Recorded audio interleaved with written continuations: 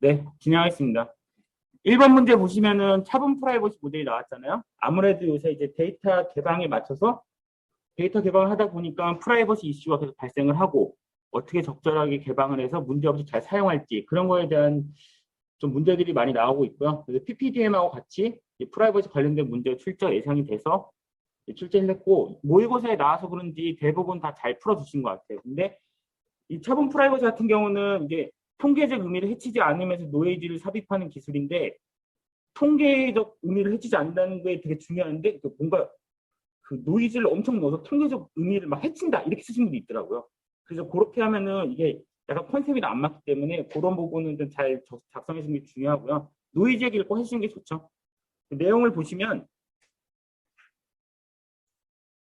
특히나 차분 프라이버시 모델은 이제 메커니즘 같은 것들 플로우를 좀 잘 작성해 주는 게 중요한데 일반적인 단순한 플로우보다는 뭔가 프라이버시 모델 뭐 데이터셋에서 가지고 와서 노이즈 추가하고 그 다음에 통계적 의미 해치지 않는 이 데이터셋을 유저한테 주는 이런 플로우를 정해 주시면 더 좋을 것 같아서 이렇게 좀 그림을 좀 넣어놨고요. 이렇게 이 정도 작성하시면은 답안지에 좀 괜찮게 표현이 되지 않을까 해서 이렇게 넣어놨습니다. 그래서 이렇게 플로우를 보여주고 뒤에 메커니즘까지 보여주시면은 되게 완벽한 답안이 나올 것 같아요. 그래서 라플라스 메커니즘은 실수 데이터에 적합한 메커니즘.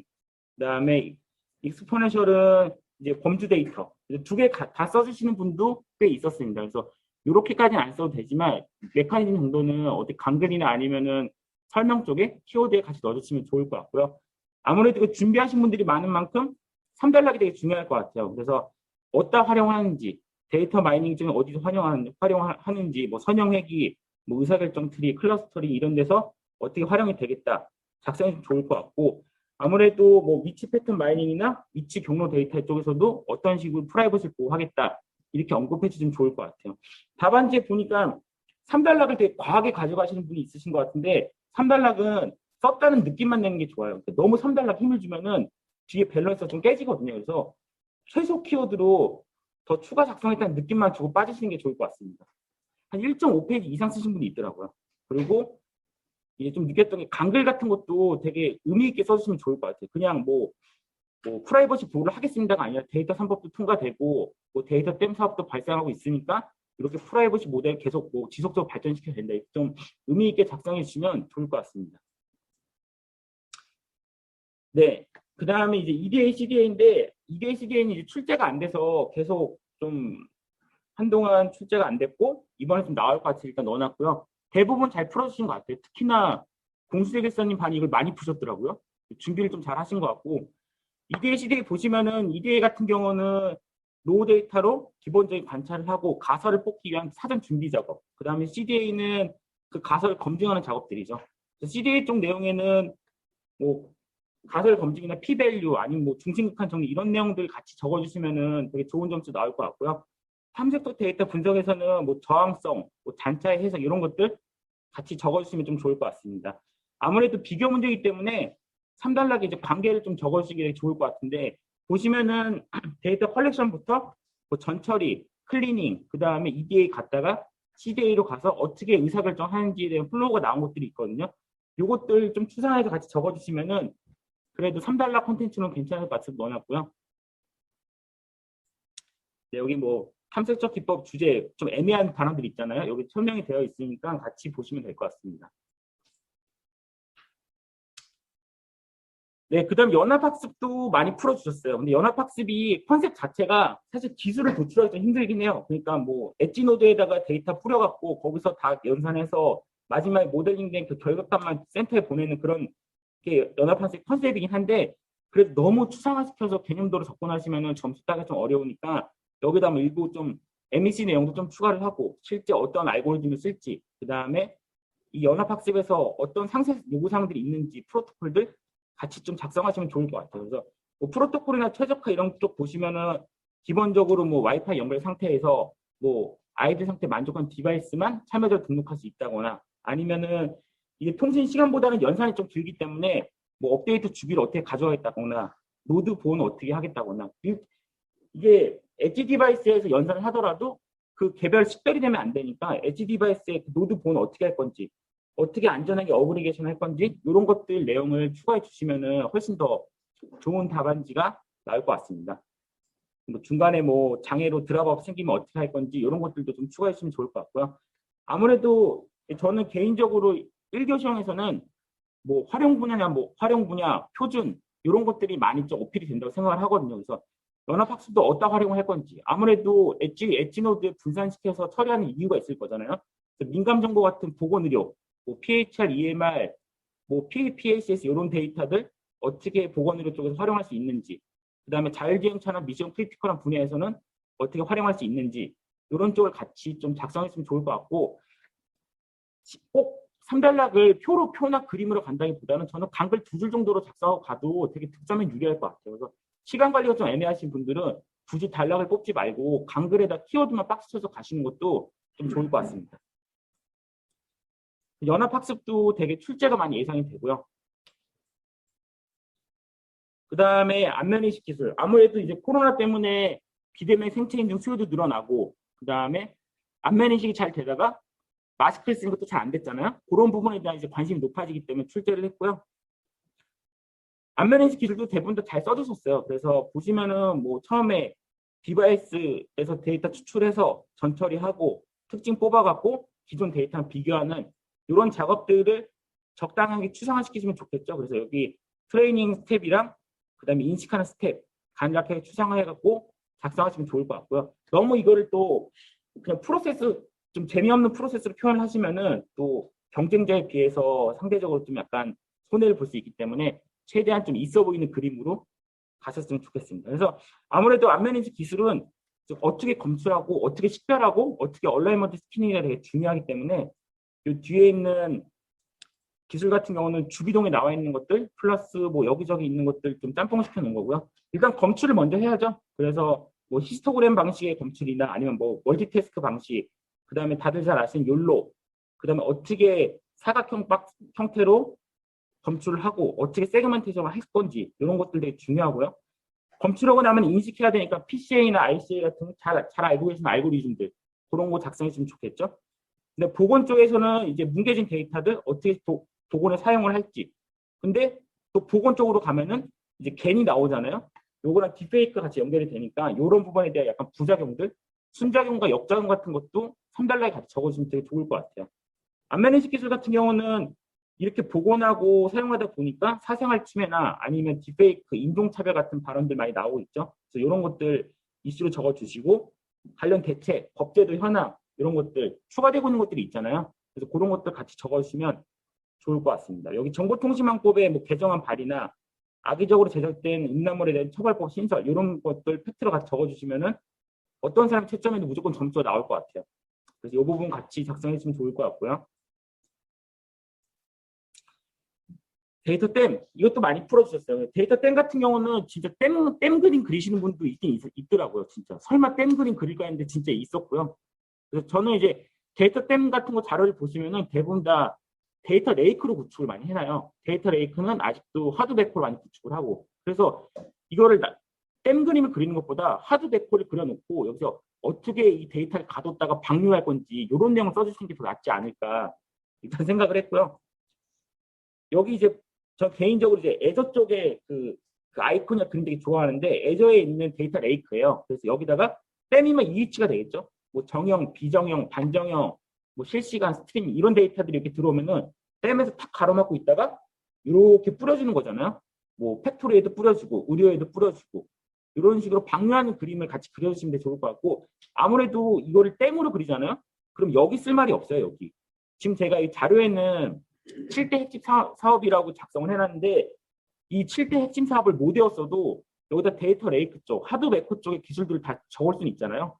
하드 베코 기술도 굉장히 많으니까 뭐 스쿱도 있고 뭐 스팍 스트림도 있고 휴도 있고 굉장히 많잖아요. 이런 내용들 적으면은 댐의 컨셉만 가지고 충분히 고득점을 맞을 수가 있거든요. 그래서 여유 되시는 분들은 7대 핵심 사업 몇 개 가져가시면 좋고, 이거 준비 안 했다 그러면은 하드 베코 플러스 요 댐 명시해가 가시는 게 좀 좋을 것 같아요. 그래서 요거는 지금 상태에서 이 7대 사업 준비 안 하신 분들은 안 하는 게 낫습니다. 어차피 준비해도 기억이 안 나요.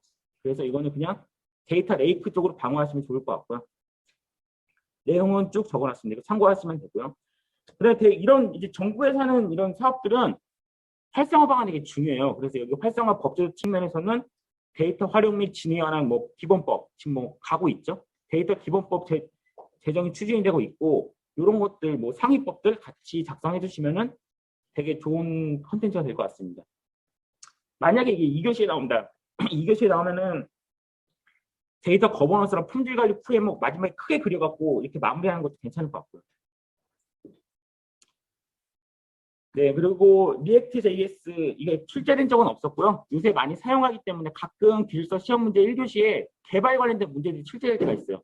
현직에 개발하시는 분들은 이 프론트엔드 라이브러리 리액트는 되게 익숙하실 것 같은데 많이 사용하기 때문에 출제 가능성이 좀 있고요. 가장 큰 특징은 뭐냐면 얘 버추얼돔이라는 거예요. 그러니까 왜 페이스북이나 아니면 이런 데 좋아요 버튼 같은 거 있잖아요. 예전 개발 방식 자바스크립트 같은 경우는 뭐 비동기로 누른다 그래도 일정 부분 통신이 발생을 하고 뭐 화면 깜빡이나 이런 것들이 있는데 버추얼돔으로 가상돔을 만들어서 좋아요나 이런 버튼 눌러도 화면이 전혀 움직임이 없이 데이터만 주고받는 거예요. 그래서 기존에 있는 뭐 앵귤러 JS나 이런 거에 비해서 가장 큰 차이점은 버추얼돔 그리고 이제 데이터 플로우 컴포넌트 기반 이런 것들이 다 리액트의 특징이 되고요. 여기 안에 있는 내용은 답안지에 그릴 수가 없잖아요. 그래서 이거 참고로 보시면 됩니다. 참고로 보시고 만약에 리액트가 나온다면 여기 있는 표 중에 몇 개만 작성을 하셔도 되게 좋은 점수 나올 것 같아요. 일단 React.js 자체가 양방향보다는 단방향 흐름, 그래서 데이터가 한쪽 방향 흐르기 때문에 개발이 좀 용이하죠. 나중에 플로우의 이해도 편하고. 네, 컴포넌트 기반이란 말은 재사용성, 소프트웨어 공항에 나오는 리유즈 관련된 내용들이 굉장히 많고요. 네, 버추얼돔, 이게 되게 중요하죠. 버추얼돔만 써도 리액트 썼다는 느낌 확 들 수 있어요. 네, 뭐 프로퍼티나 스테이트 같은 것들 같이 보시면 되고 리액트 같은 경우도 그냥 요 몇 개 키워드만 가지고 정의만 가지고 가시는 걸 추천드리고 너무 내용을 잘 안 보시는 건 내용은 잘 안 보셔도 될 것 같아요. 그래서 일단 개발에서 좀 핫하니까 많이 사용하니까 넣어놨고요. 앵귤러 JS도 한동안 많이 사용했으니까 비교 다른 자바스크립트 라이브러리들은 어떻게 사용하고 있는지 리액트 JS는 페이스북에서 앵귤러는 구글에서 이렇게 많이 사용을 하고 있죠. 그 다음에 IAC는 이제 데브옵스 문제도 계속 나오고 클라우드 문제도 계속 나오니까 IAC도 한번 나올 것 같아서 또 출제를 했고요. 테라폼이나 이런 것들 많이 사용하시는 분들은 어떤 건지 잘 아실 거예요. 그래서 일단 요새는 이제 클라우드도 많이 자동화가 돼갖고 그냥 사람이 가서 막 렉에다가 막 서버 꽂고 이런 작업보다는 다 코드로 인프라를 통제하는 실제로 개발하는 것처럼 코드 만들어서 인프라 생성하고 자원 할당하고 스토리지랑 뭐 이중화도 다 이건 같이 할 수 있겠죠. 그래서 그런 컨셉이라고 보시면 되고 여기서 이제 중요하게 생각하는 게 역등성이라는 개념이에요. 그래서 역등성은 10번을 하든 100번을 하든 똑같은 결과가 나오는 걸 보장해주는 성질이거든요. 그런 거 같이 작성해 주시면 좋을 것 같고 밑에 워크플로우 보시면은 평상관리 서버에 이 IAC 스크립트 넣어놨다가 이거 뽑아와갖고 뭐 SSH나 RESTful이나 아니면 뭐 윈도우 쪽 커맨드 사용해서 실제로 대량 서버에 배포를 하고 전부 다 공통된 설정을 적용할 수 있도록 하는 개념이라고 생각하시면 됩니다. 도구들은 굉장히 많아요. 그래서 뭐 베이그런트나 도커, 쿠버네티스도 같은 역할을 해주고요. 그 다음에 셰프, 퍼핏, 앤서블 같은 CD 도구들. 그 다음에 젠킨스 같은 거 써서 충분히 다 커버할 수도 있겠죠. 이런 것들 같이 적으시면 좋을 것 같고 기대 효과 같은 것들 뭐 아무리 휴먼 에러 감소 이런 것도 되게 크죠. 재작업 시간 감소하고 코드이기 때문에 리팩토링을 통해서 되게 고도화된 인프라를 해서 코드로 관리할 수가 있어요. 누군가 역량 있는 사람이 퇴사를 하더라도 깃허브에 그 코드가 남아있기 때문에 후임자가 다 적용할 수가 있겠죠. 그래서 이런 것들 같이 체크하시면 좋을 것 같습니다. 작성하기 어려운 내용은 아닐 것 같아요. 네, 다음은 2교시고요. 2교시에 얼굴 홍채 지문 등 바이오 정보를 이용하는 인증기술에 설명하고 문제점 및 개선 방안 설명하셨는데 이게 이제 문제점이라고 쓰니까 보안 취약점들을 엄청 쓰셨어요. 근데 이게 보안 취약점을 물어본 게 아니라 전체를 다 물어본 거예요. 실제 이런 바이오 인증 기술이 뭐 금액이 비쌀 수도 있고 인증의 어떤 효율이 떨어질 수도 있고 뭐 하드웨어적인 폴트나 이런 게 있을 수도 있기 때문에 이게 모호하면 다 써야 되거든요. 당연히 보안 취약점도 쓰셔야 되는데 문제점을 좀 넓게 도출해 주신 분한테 좋은 점수가 같고요. 그 다음에 당연히 문제점 나오면 개선 방안도 나와야 되겠죠. 일단락은 뭐 바이오 인증 계속 뭐 시장 규모 늘어나고 있다. 우리나라에서 많은 뭐 기업체들이 사용하고 있다. 이렇게 쭉 넘어가고 이제 바이오 정보를 이용하는 인증 기술인데 특정 기술을 딱 찍어서 하셔도 돼요. 내가 만약에 지문 쪽을 공부를 했다. 아니면은 뭐 홍채를 공부했다 그러면은 그쪽 사례라고 그냥 박아놓고 난 이걸로 설명하게 되게 설명을 하셔도 됩니다. 그러니까 지문, 홍채, 정맥 이런 것들이 디테일하게 들어가면 조금씩 다르기 때문에 공통 부분을 뽑아내긴 힘들고요. 이렇게 뭐 나는 이걸로 설명을 할게 이렇게 제시를 하고 가시는 것도 괜찮을 것 같아서 좀 넣어놨고요. 여기 보시면은 뭐 추출해서 암호화해서 뭐 암복화 해갖고 얼굴 인식하고 감정도 인식하고 이런 식으로 기술이 좀 발전되고 있습니다. 이거 참고하시면 되고, 바이오 정보 이용한 인증기술 쪽에서는 지금 저는 이제 이 자료는 자료를 보고 작성했으니까 되게 자세하게 나와 있는데 실제로 이걸 다 준비를 못 할 수도 있잖아요. 그러면은 공부했던 알고리즘을 사실 여기 다 넣어야 돼요. 그러니까 위에 있는 뭐 1교시 안면인식에 나오는 뭐 PCA, ICA도 넣고 율로도 넣고 그 다음에 뭐 그런 거 있잖아요. 뭐 다 넣는 거죠. CNN도 넣고. 근데 여기를 너무 안 쓰시는 분들이 있더라고요. 채점자도 알고리즘을 다 알지 못하기 때문에 일단 양채우는 면에 다 쓰는 걸 추천드릴게요. 뭔가 너무 RNN이나 뭐 LST 이런 쪽으로 하면 너무 이제 안 맞지만 사실 CNN 계열로 가면은 얼추 다 맞을 수밖에 없거든요. PCA 이런 걸 쓰면은 좀 적극적으로 쓰시는 게 좋을 것 같아요. 내 경쟁자 대비 내가 얼마나 간절하다는 걸 보일 수 있는 좀 지표가 될 수도 있거든요. 여기 뭐 인증기술 상세 설명이 나오는데 이런 것들은 그냥 참고로 보시면 되고요. 문제점들은 되게 여러 가지가 있죠. 그래서 지문 쪽은 뭐 지문 위조 이런 것들 되게 많고 정맥 쪽은 아무래도 하드웨어가 구성이 복잡하고 비용이 높다고 합니다. 홍채도 마찬가지고요. 지문 같은 경우는 의외로 이게 햇빛이 좀 센 데서 잘 인식이 안 된대요. 그럼 그걸 어떻게 해결할지, 그다음에 뭐 실리콘 필름 씌워갖고 인식하던 것들은 어떻게 이거 위변조를 대응을 할지가 제일 문제가 되겠죠. 그래서 개선 방안 쪽에 보면은 대부분 여기 딥러닝 쪽, 머신러닝 쪽 기술들을 많이 껴놓더라고요. 그래서 기존에 있는 거에다가 뭐 CNN 통해서 위조 지문 여부 추가로 판단한다거나, 지문 같은 경우는 뭐 당연히 뭐 융선의 구조, 뭐 고래 텍스처 이런 거를 같이 멀티팩터로 조합해서 한다고 하더라고요. 정맥 인식도 전용 장비가 너무 비싸니까 일반적인 3D 카메라하고 CNN 쪽 오토이코도 결합해갖고 사용하는 이런 식별 기술들이 많이 개발이 되고 있습니다. 그래서 개선 방안 같은 경우는 보안 측면의 개선 방안도 있고 아니면 하드웨어 결함 측면의 개선 방안도 있으니까 두루두루 좀 잘 보시면 좋을 것 같고요. 이런 걸로 보다가 이제 바이오 인증 여러 가지 이런 단점들이 있으니까 이제 더 추가로 보완하는 방법들, 뭐 심박수나 아니면 뭐 ECG, PPG 이런 것들로 더 고위험군의 출입 시설들은 이런 것까지 포함해서 더 대응할 수 있다. 4달러 이렇게 적성해 주시면은 되게 좋을 것 같고요. 물론 이걸 다 쓰면은 한 20점 나오겠죠. 그래서 여기서 마음에 드는 건 몇 개 가져가시면 좋을 것 같아요. 현실적으로는 다 쓸 수가 없겠죠. 보안 등급이 높은 출입 통제 사용하면 좋겠다. 이렇게 마무리하시면 좋을 것 같습니다. 그 다음에 요 마이헬스웨이라고 의료부나 마이데이터에 대한 자료들이 많이 나오고 있어요. 그래서 데이터 3법도 출제가 됐고 마이데이터도 계속 출제가 되고, 근데 작년에 이 비대면 헬스케어 원격 진료에 대한 것 그 수요가 되게 폭발을 하면서 요 마이헬스웨이라는 개념도 같이 올라왔어요. 그래서 저희가 마이데이터도 계속 준비를 하고 헬스케어도 나오니까 이거 짬뽕된 토픽이라서 일단 넣어놨고요. 보시면은 마이헬스웨이 자체가 의료분야에 종사하시는 분들은 아시겠지만 표준도 되게 다양하고 병원이 또 이렇게 시스템에 받아들인 걸 좀 약간 되게 보수적으로 생각하는 경우가 많더라고요. 데이터 통합이나 아니 분석을 위한 추출 이런 것들이 되게 제한적이거든요. 실제 연구를 하더라도 익명 데이터만 가까스로 뽑아내서 연구를 할 수 있어요. 그래서 이 정부에서는 기존에는 이렇게 들쭉날쭉 건보공단 따로, 병원 따로, EMR 따로 다 가고 있으니 이렇게 고속도로처럼 만들자 이렇게 해서 문서를 냈습니다. 아직 각 초기 단계이긴 한데 뭐 기술사 시험이 초기 단계에서 안 나온 건 아니니까요. 일단 충분히 나올 수 있는 주제고요. 개념 뭐 개인 주도로 건강정보 한 곳에 모아서 동의 기반의 데이터를 제공하고 직접 활용할 수 있겠다. 그러니까 개인의 운동량, 라이프로그, 뭐 건강정보를 받아갖고 내가 보험사에 주는 거죠. 난 이만큼 건강하니까 뭐 안보험료를 좀 깎아주세요. 이렇게 협상을 할 수도 있고 그거에 대한 중개수수료를 받을 수도 있겠죠. 그런 거를 정부가 지금 추진하고 있습니다. 그래서 굉장히 이거 좋은 컨셉일 것 같고 초기긴 한데 다 되면은 많은 게 좀 바뀔 것 같아요. 마이데이터에 금융만 있는 게 아니라 헬스케어도 충분히 활용할 수 있다는 좋은 주제고요. 아직 플랫폼은 구체화 안 됐어요. 그래서 개념도 정도로 이렇게 나와 있는데 이 자료를 좀 자세히 보면은 여기도 결국 중요한 건 데이터를 받아들여야 되잖아요. 의료 데이터가 뭐가 들어올지 모르니까 바닥에 데이터 레이크를 깔아놨어요. 하드베커를 깔아놓은 자료들이 있더라고요.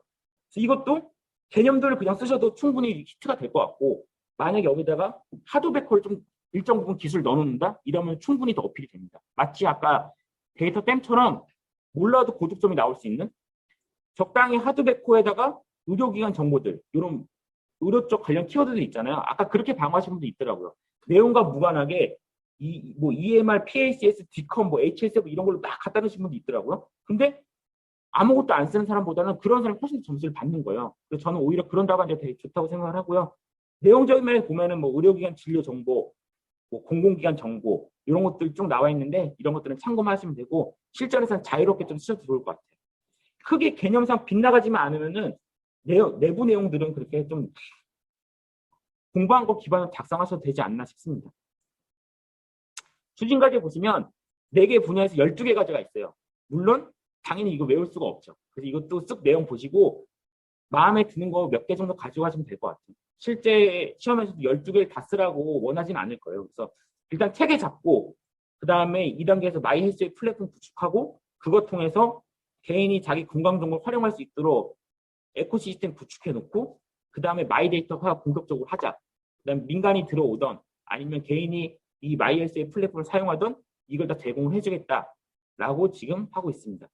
세부 기술 보면은 여기 뭐 API 기술도 들어가 있을 거잖아요. 그 API 들어가면은 뭐 HTTP 얘기도 적고 RESTful도 적고 JSON도 적고 되게 다양하게 적으시면 되겠죠.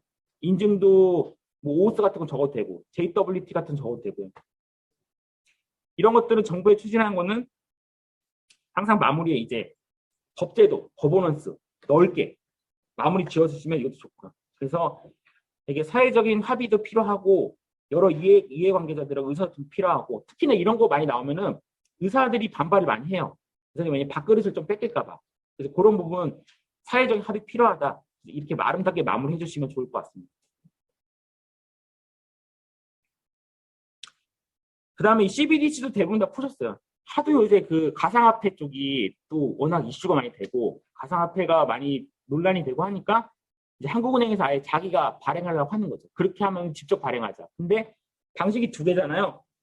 이제 중앙에서 하는 방식, 그다음에 완전 분산 원장으로 가는 거. 근데 중앙에서 하는 방식은 그냥 기존에 돈 찍어내는 거랑 별 차이가 없어요. 한국은행 하는 거랑. 그래서 검토가 필요한 거는 이 분산 원장 부분들이죠.